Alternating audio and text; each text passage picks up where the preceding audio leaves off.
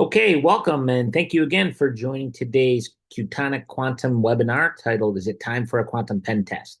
My name is Stephen Marshowitz, one of the VPs here, and we'll be working in the background to facilitate the question and answer period. For those of you who aren't familiar with Qtonic Quantum, we provide quantum-safe risk management through assessment, strategy, and remediation, supported by the only commercially available quantum computer-based penetration testing and validation. We give you proof of real-world risk. Today, we'll discuss what makes quantum different from the previous threats and a background of this new quantum tool for penetration testing, which is very exciting. If you haven't noticed, there's been an explosion of news starting in December about post-quantum encryption and the impacts it will have on everyone's security. One of the core security best practices is, of course, penetration testing. We're at a point where the tools for pen testing really need to advance and match the level of our nation state attackers. Thus, if you're not validating the vulnerabilities against actual quantum hardware, it means you're guessing about theoretical risk from this new domain of attacks. Quantum pen testing is now a critical component for mitigating an organization's risk. So first, a few housekeeping items. The webinar is recorded, so you'll be able to review it later. And feel free to ask questions along the way. We'll make sure to get them to them either during or at the end of the discussion. On to our speaker today, Nate Ader, the co-founder and chief innovation officer of Qtonic Quantum. Nate, give us a little bit more about your background and then take it away. Great. Thank you, Stephen.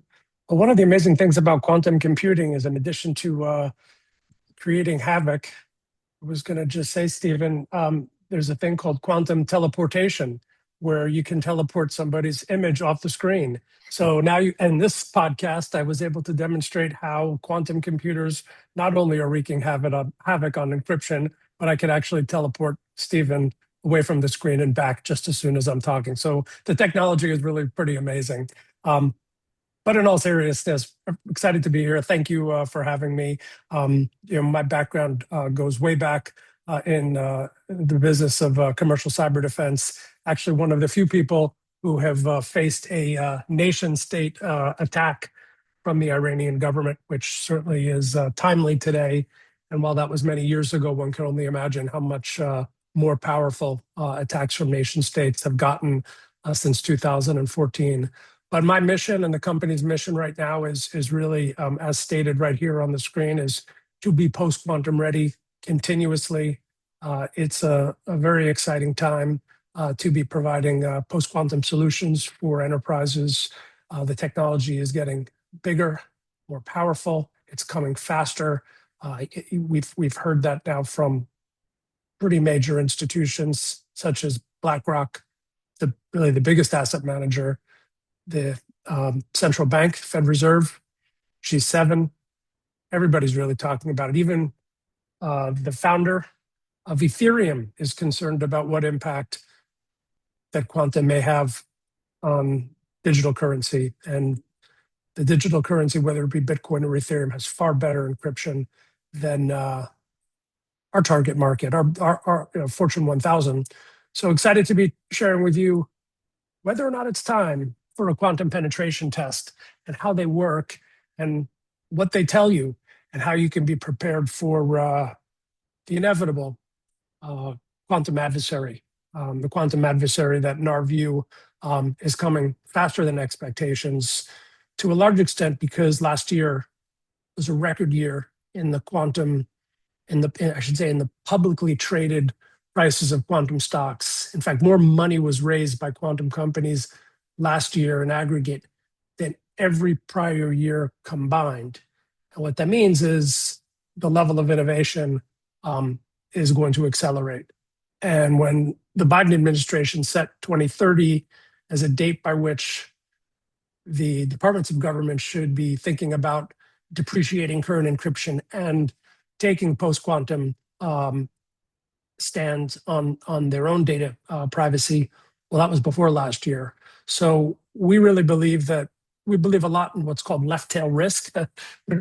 Q day is something that people talk a lot about. It's a bit alarmist. Nobody knows when Q day is really going to be. But we think about, and I think most boards and most general counsels and most C-suite members, certainly the CISOs, left tail risk, that low probability of a high impact event.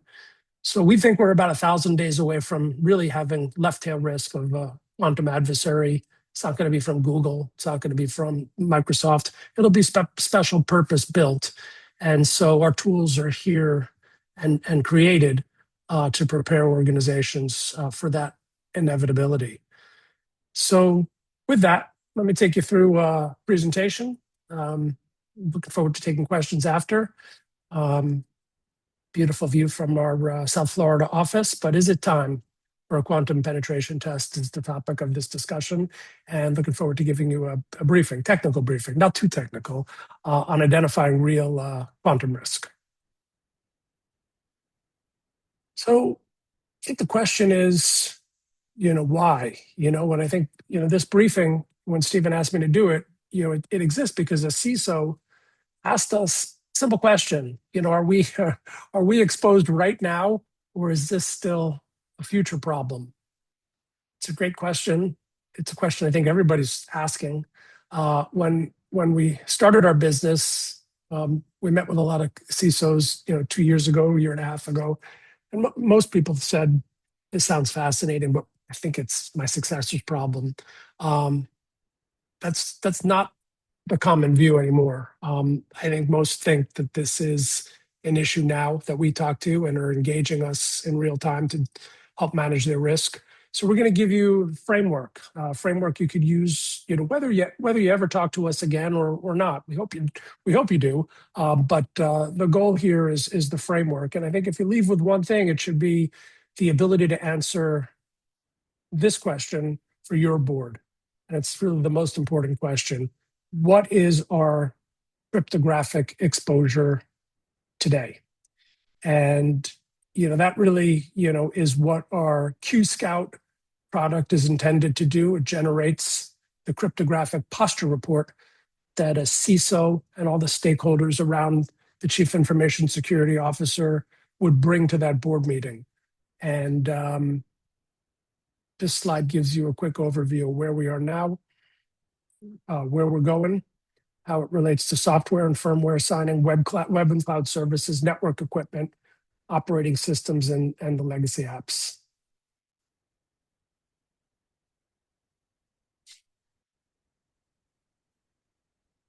Harvest now, decrypt later, is something that, people hear about it, they don't really know what it means. We have 2 law firm clients where there was encrypted data just going out the door. That data is likely to be decrypted at some point in the future. As a firm, we've actually written 2 open letters, one to the Trump administration and one to the Biden administration, about the Salt Typhoon Chinese cyber military inter-telecommunication systems, essentially taking our communications and at some point they'll be decrypted. So, we think about, the concept of quantum threat, and, the question is, why now?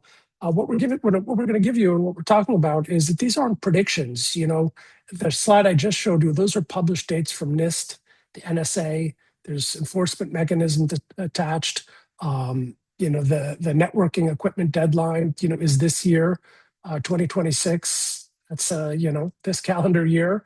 And if you're running VPN concentrators or routers that can't support CNSA 2.0 algorithms, you're already behind the curve. The NSA set for national security systems, and by 2030, RSA and ECDSA are depreciated. By 2035, they're disallowed. So that's not guidance. I mean, that's the depreciation schedule with a public source that you can give to your CFO. So we talk a lot about harvest now, decrypt later, in addition to, the regulatory constraints. It's an issue that's hard to detect. And there's really no indicators of compromise in a harvest now, decrypt later attack. There's no alerts. There's no ransom note. There's no lateral movement. Your SOC won't see it. That's really what makes it different from just about any other threat that you're tracking today. NIST, the Fed Reserve, DHS, the United Kingdom's NCSC, and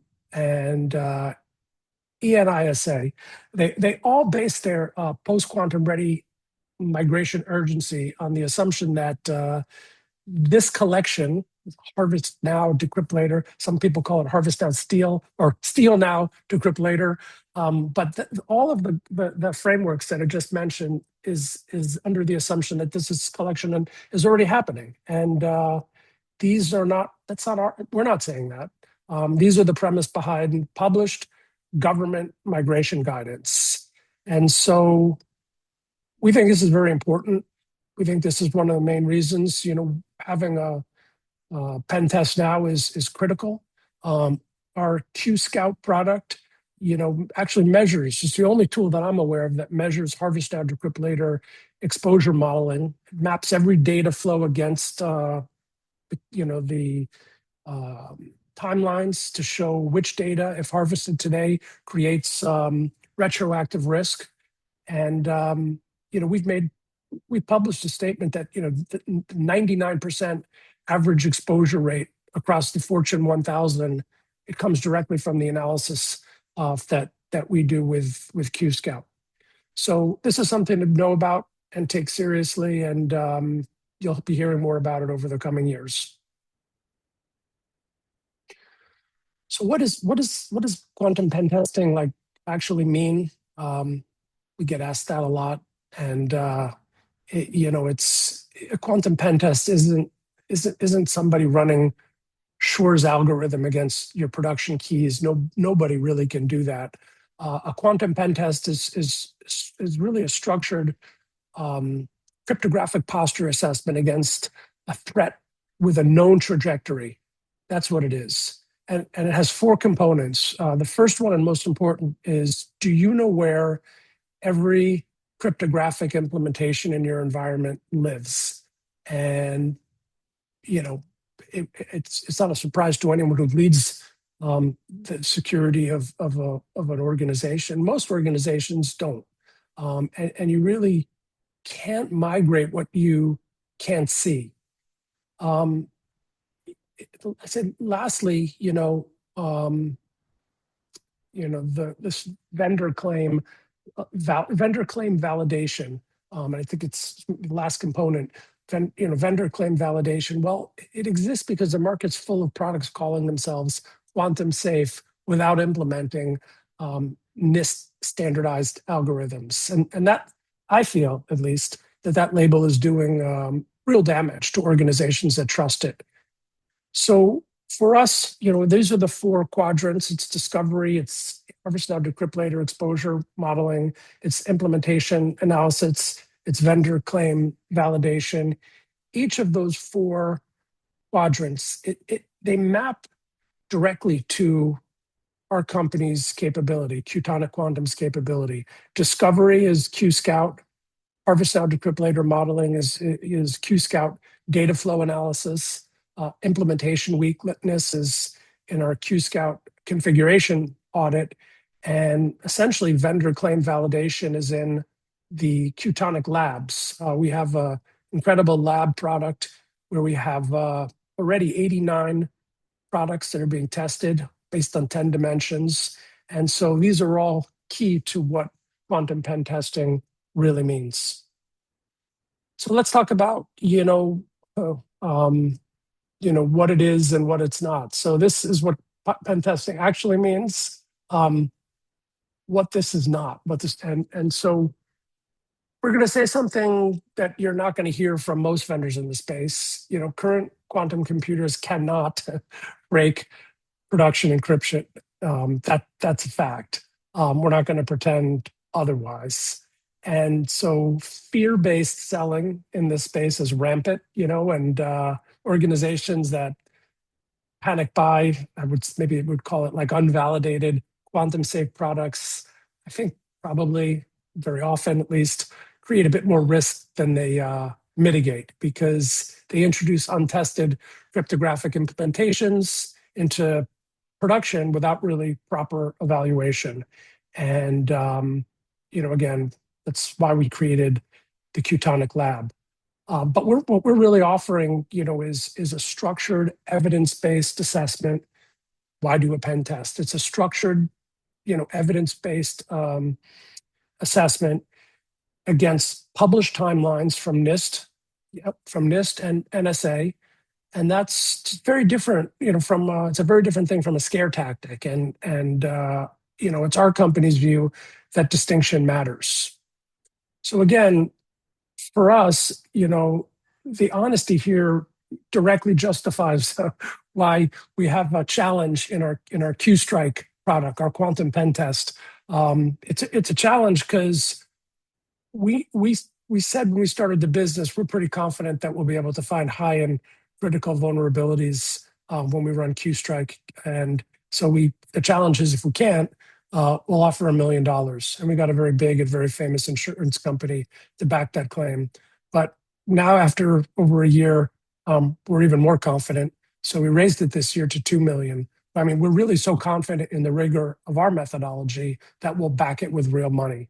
And so that's sort of the opposite of how I started this slide, which is that's the opposite of fear-based selling, which is you hear a lot of in this new world of cybersecurity post-quantum. So this is really where this is a slide really to talk about where organizations are most exposed, and you can see each of the cards in this. I mean, really the biggest risk is not in your newest systems. It's in the infrastructure nobody wants to touch. It's your legacy TLS configurations, hard-coded cryptographic dependencies in middleware and IoT firmware. I said this on our last webinar. Whoever figures out post-quantum solutions for IoT is going to make a fortune because it's just missing in the marketplace right now. We need it.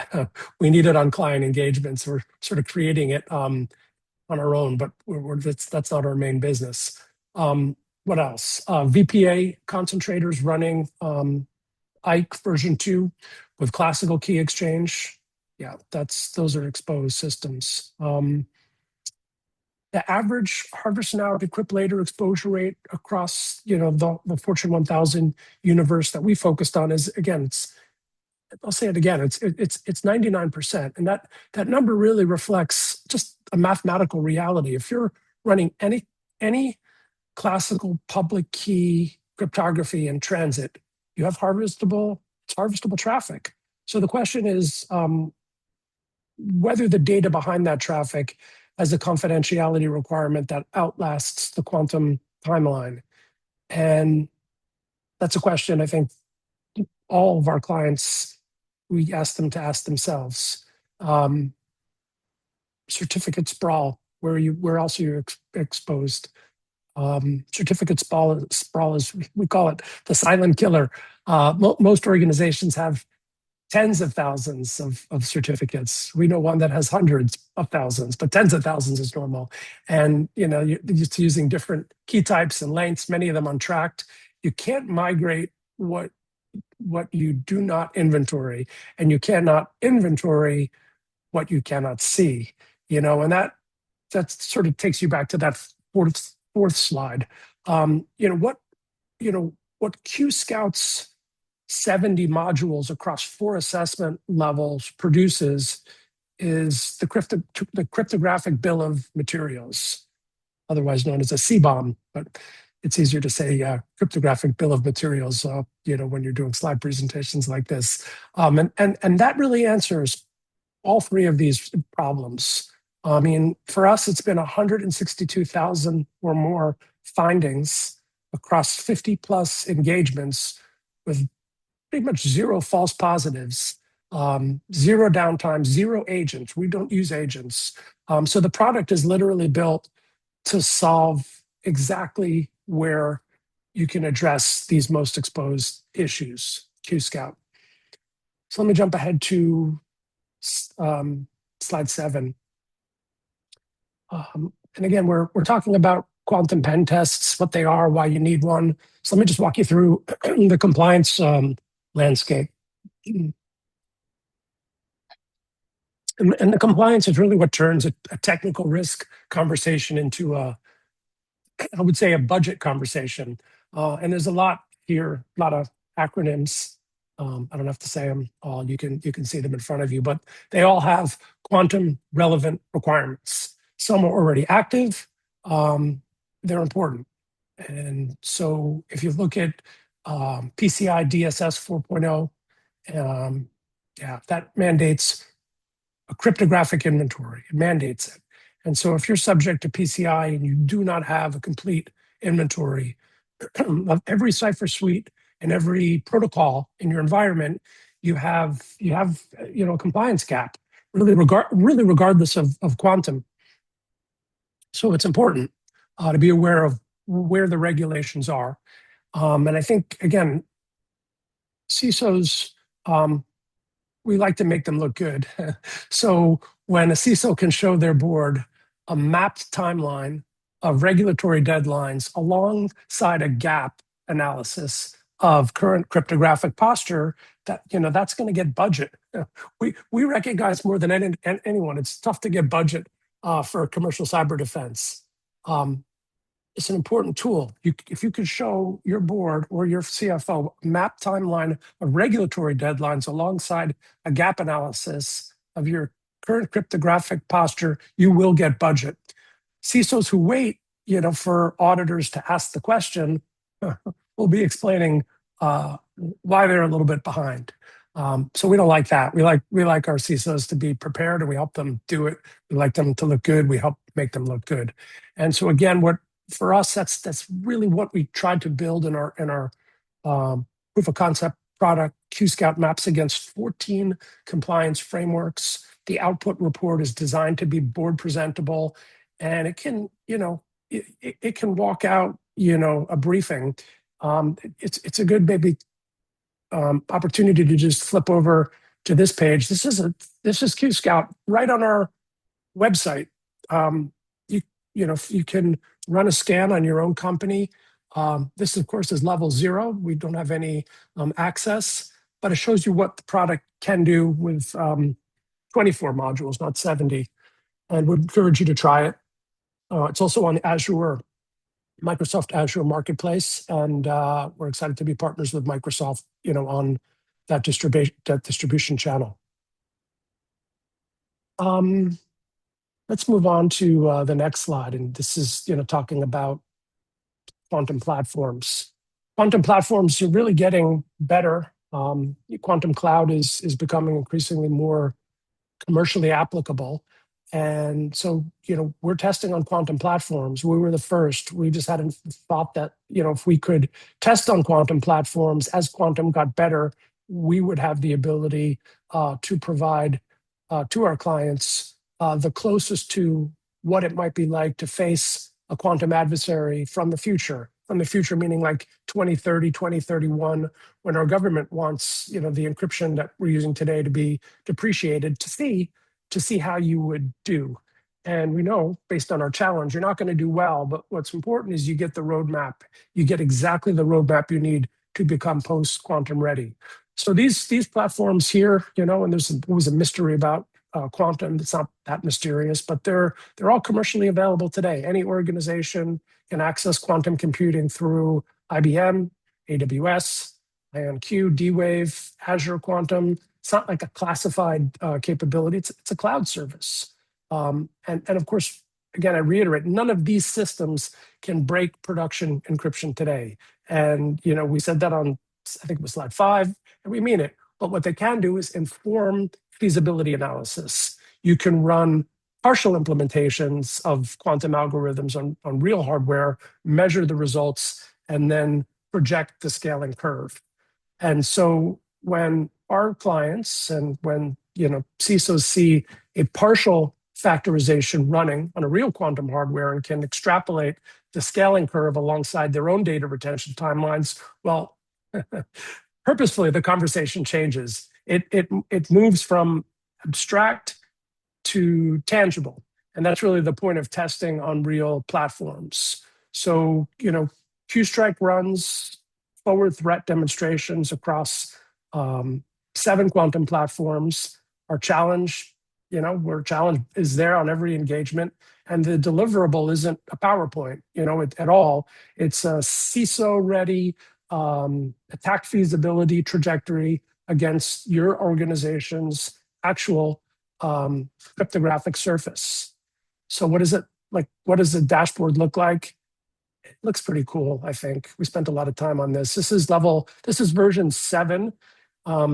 We, at the beginning in version 1, it was black box. And by version 3, we were broadcasting on Telegram. But now version 7, this is your overview page. This is your quantum ops page.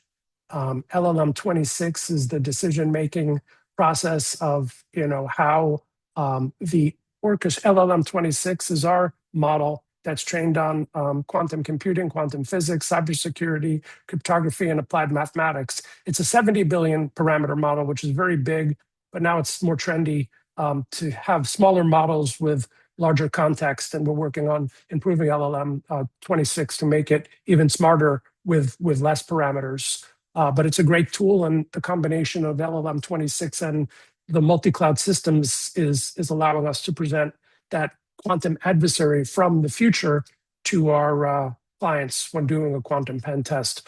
What does an attack surface look like? This is, obviously demo, but if it's a bank, and this is meant to be what a bank looks like, we're mapping out how a quantum attack might actually look, and then you can see in real time what keys are taken over and what the attack orchestration looks like. And so here's what the 7 quantum computers would be showing us. And you can see, and for anybody who really loves quantum physics, they usually love this page.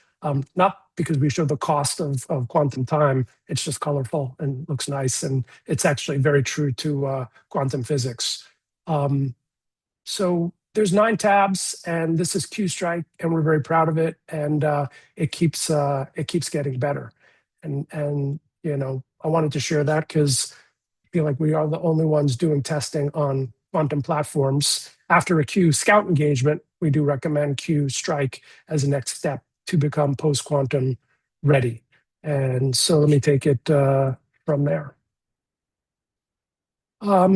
Signal versus marketing, and there's, we try to separate that. I'm sure most people listening on this call do as well. There's, I think, 3 tests that I apply to any vendor claiming their product is quantum safe. So I'll share them with you.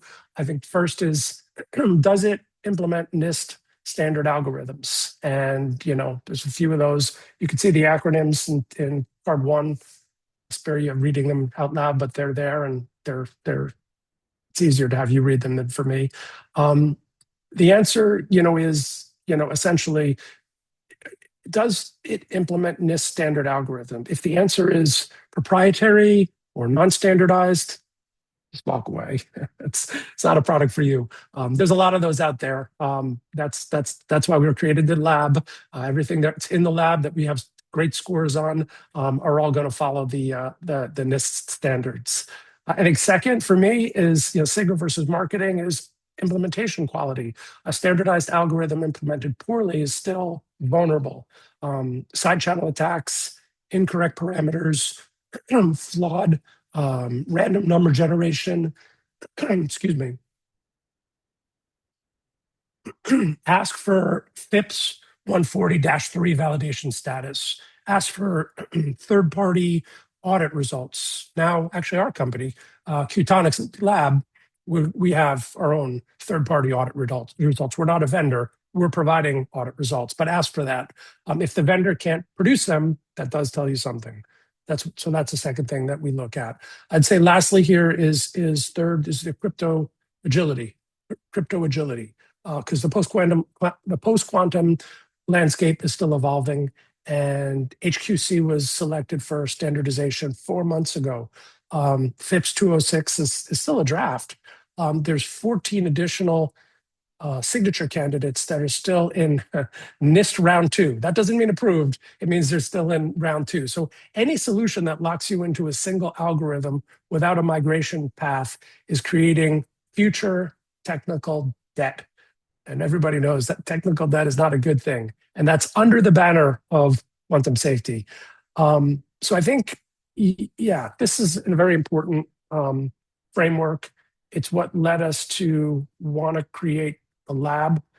Maybe I'll take a second and share the lab because we're proud of it and it's new. And we haven't even announced it yet, but we're going to announce it probably next week. We created the lab here to be the independent scoring registry for all post-quantum cryptography built for organizations that don't want to get it wrong. We're up to 113 evaluated solutions. And you can just see, it's Amazon, it's Google, it's PQC, Clean, Entrust, Thales, and it gives you a lot of information. Now, we ask when using the site, people log in so we know who they are. So I haven't logged in, but this gives you a sense. It's just to have it logged in. Some of these numbers are degraded, but once you log in and verified, you get everything you would possibly want to know about a solution. And nobody's doing this. And see, we've actually tested this particular solution 3 times already. So you see the log and the date and the hashtag of our testing. And in fact, here's an example where we've already done 10 tests or 10 revisions. So I think this is a huge differentiator. Nobody's doing this. And it goes back to this slide, separating signal from marketing. We've created this signal in the lab, and this is a preview. We'll formally announce it next week, but we're very excited about that. Yeah, so is quantum risk warranted? Another great question. Of course, I hear this when I'm meeting with boards, and so the question is really, there's 3. Does your data need to stay confidential for more than 7 years? So that's government records, that's health data, that's intellectual property, financial records.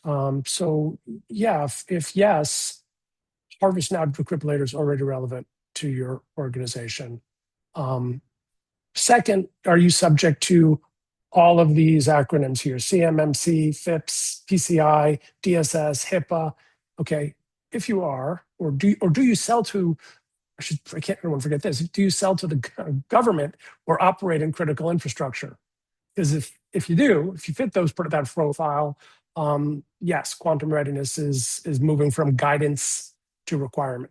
So is quantum assessment warranted? We're 2 for 2. Let me go through the third reason. Third, do you have complete cryptographic inventory?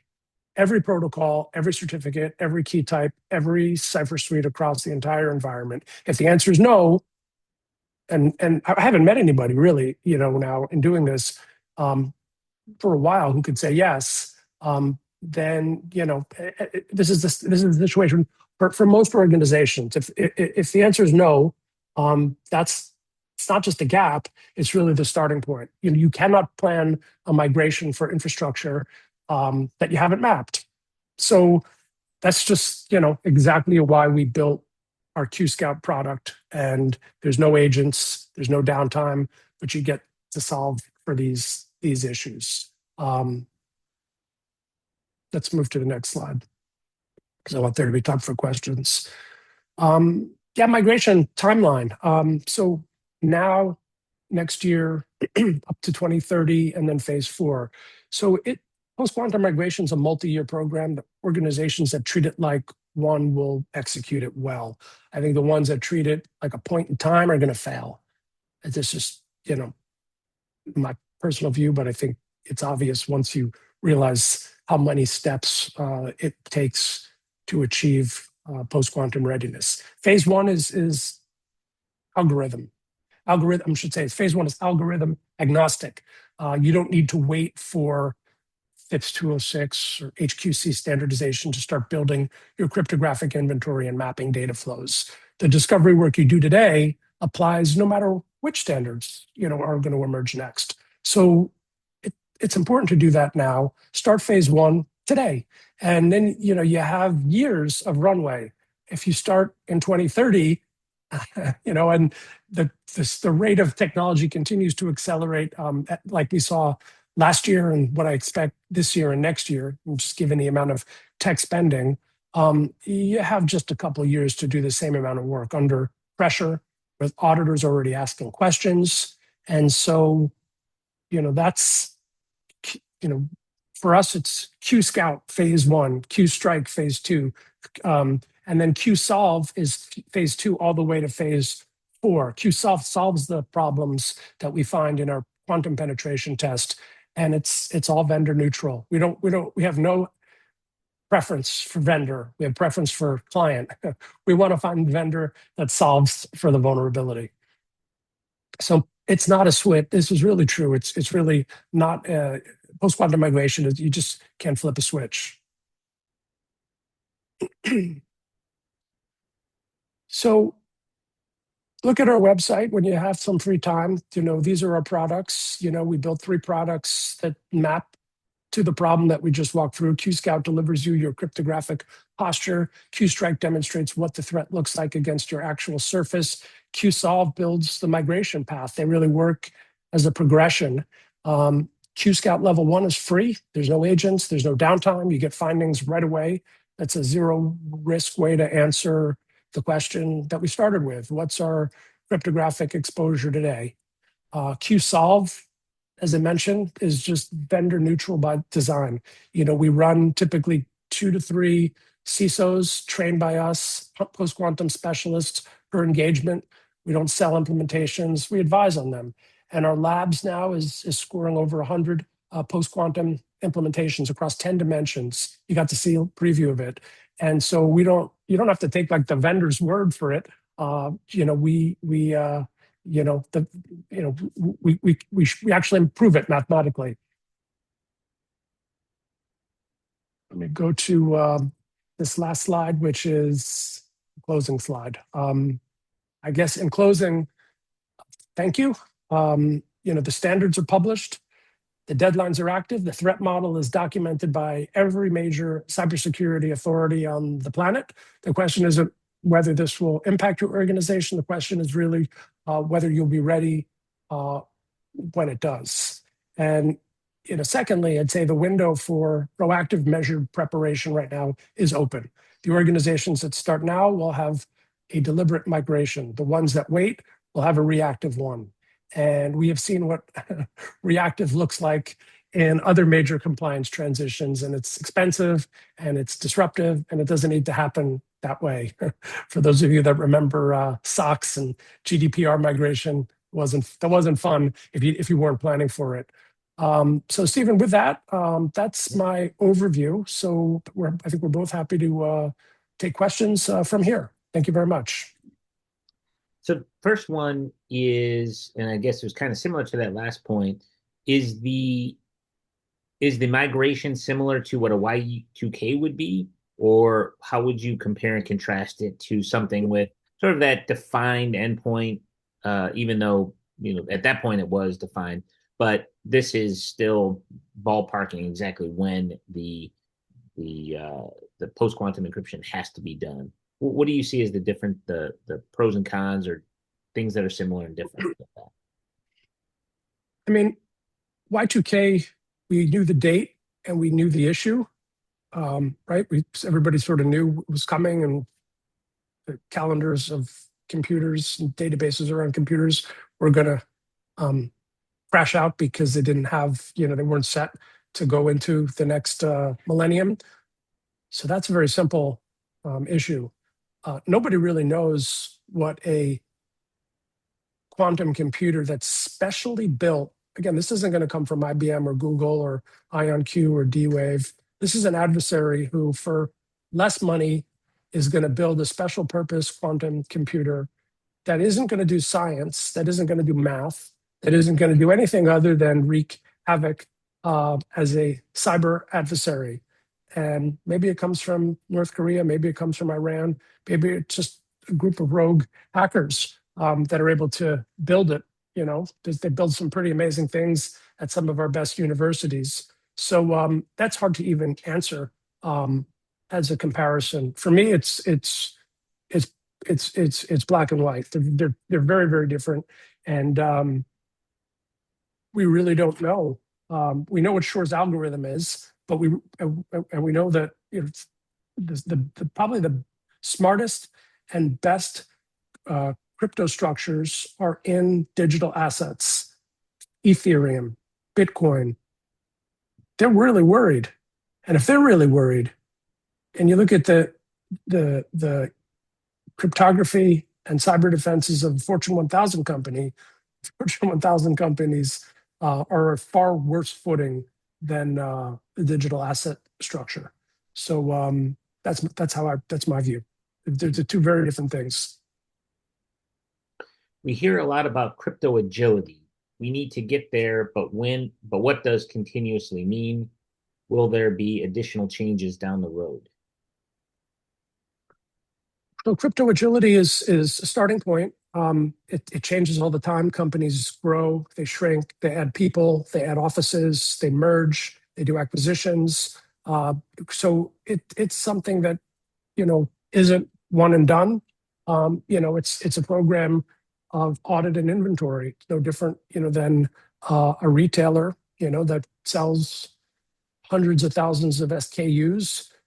They need to know and check every once in a while what their inventory is and what their space is. And that's a very, very simplistic metaphor to crypto agility and cyber security. But it's not, no system was built in the same year. It's all many generations in a organic environment that's constantly growing, shrinking, merging, expanding, adding technology, taking out technology. So crypto agility is something that should be an ongoing process, and we certainly advocate for that.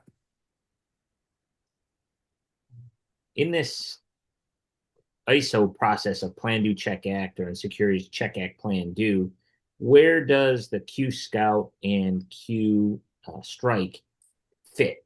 How often are you testing it versus remediation? What does that process look like using basically the non-quantum computer tools as well as the quantum computer?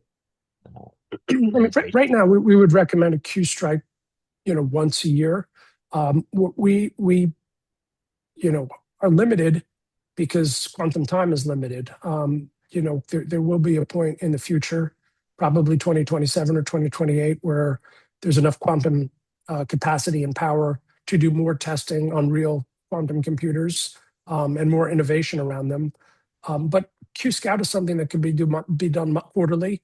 Q Strike we would recommend once a year, and the combination of both give you a high degree of conviction that your Q Solve migration to post quantum readiness is on the right track, and it continues to follow the data that is very likely to change from your first test to the third in Q Scout or in Q Strike, because again, organizations themselves change. They change technology, they open offices, they do mergers, they close offices, and so that's what our current recommendation posture is. For QSolve, how do you work with vendors? And kind of a secondary kind of follow on, which is, aren't most of the vendors going to be able to take care of some of this, like a Microsoft or the core vendors that our organization might rely on? Well, I haven't met an organization in Fortune 1000 that just relies on one vendor. The cyber defense ecosystems are very complicated. There's multiple vendors. There's multiple generations of people who've been involved. So what our view is in QSolve is to very much approach the business as a boutique advisory. It's all we do. It's our core expertise. What we like to do is when we find vulnerabilities is at the direction of the board and the CISO and the general counsel, ask the vendors to come in and compete for the best solutions for vulnerability that we may find. We do evaluate those proposals.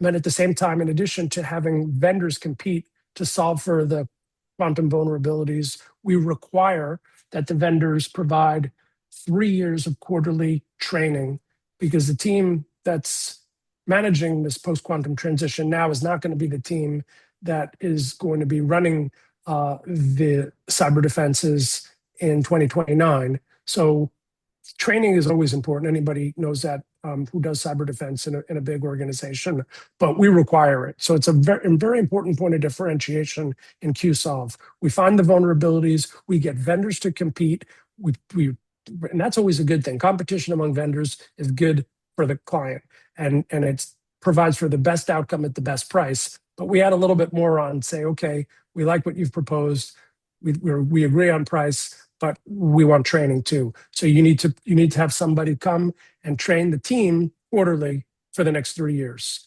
and that really is something that we believe is a point of differentiation in terms of helping organizations get to post-quantum readiness. How are internal teams structured when dealing with post-quantum encryption that you've seen? Is it within the security group? I guess expanding on that, within the security group, outside of it, do you have to create a new division? What have you seen kind of work best as companies are getting started on this? I mean, every company, Stephen, every company is different. I would say that in a general term, it's the stakeholders of the chief information security officer, usually, joined by the chief data officer, the chief information officer. There's usually vice presidents or directors of security, that are part of the team. The general counsel is certainly involved because of the data protection and regulations that are going around.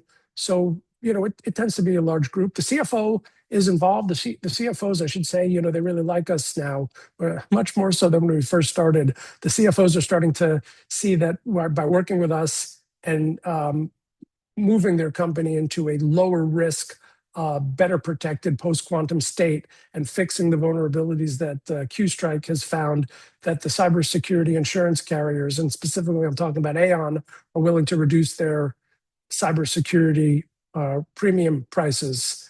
And we never expected that. We've heard that that's happening, which is pretty amazing. And so the CFOs are a fan of us, and so that's a nice change from when we first started. We could actually get a very fast payback on a QStrike engagement, and we build our reporting for that purpose, so that they can be shared with your insurance carrier, and you can show them why your risk as an organization working with us is lower than it was before you started working with us.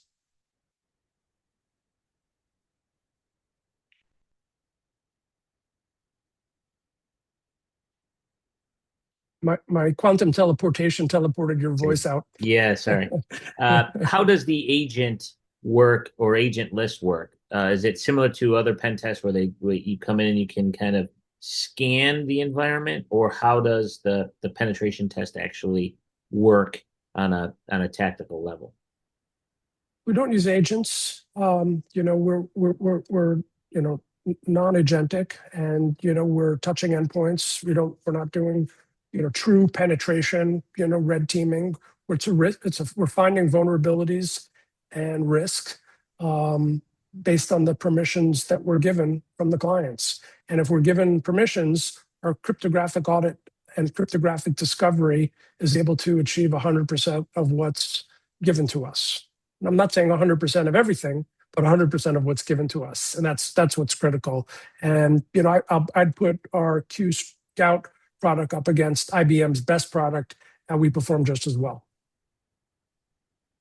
And then kind of, as we get a lot of questions about people having that concern about testing against their environment or getting behind the gates of their environment, or as you said, with the IoT devices that might be connected. What are the safeguards in place for that?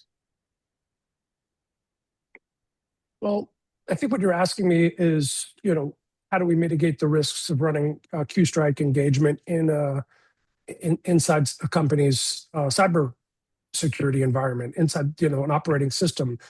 How we mitigate that is we build a digital twin. We build a digital twin however our client wants. We've always done that as part of QStrike anyway. Before we would use a quantum system like ours on a live system, we would test it on a digital twin first. And we build a digital twin on our client servers, so there's no transfer of data. And then we do the testing right there. But we've proven now, having done this for a while, that the fidelity between testing on a digital twin and an actual system is 99.9%. So there's no difference, is what I'm saying. So the safest and best thing, we recommend now is test QStrike on a digital twin of your system. And we've recently updated. We've gotten much better at the request for data. Our 2026 request for data on QStrike's just been recirculated, and we've made onboarding materially easier. We've just gotten much better at building the digital twin environment, even for complicated, multi-country systems. We've faced a lot of challenges, and we've been able to do it. So I think that's the best way, I would answer your question, Stephen, is how do you mitigate risk? And we'll test in a digital twin. We can test in both, but the first test may be better off in a digital twin, and then we'll likely say your actual results are going to be the same, but we can test in your actual environment if you'd like us to as well. Going back to the tool and the little demo you showed, what does a client have to do with that tool versus what does Qtonic Quantum do with that tool? Which tool are you talking about? QScout or QStrike? The demo that you gave. Even the level 0, yes, correct. Okay. So this is QStrike. So this, so basically, this is the lab.